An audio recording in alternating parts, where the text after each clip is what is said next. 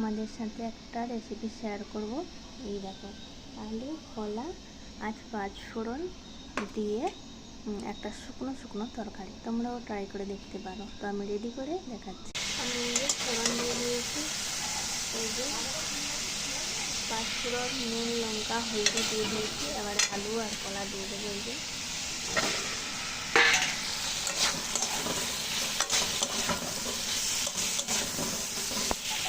এতটা জল দিয়ে দিয়েছি, আর হয়ে গেলেই কীরকম লাগে দেখতে আমি দেখাবো তোমাদের। এই দেখো কতটা হয়ে গেছে, আর হালকা একটু হবে।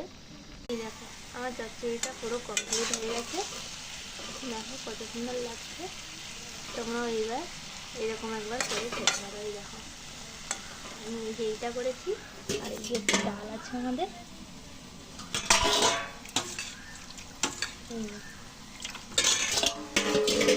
রান্না কমপ্লিট হয়ে গেছে।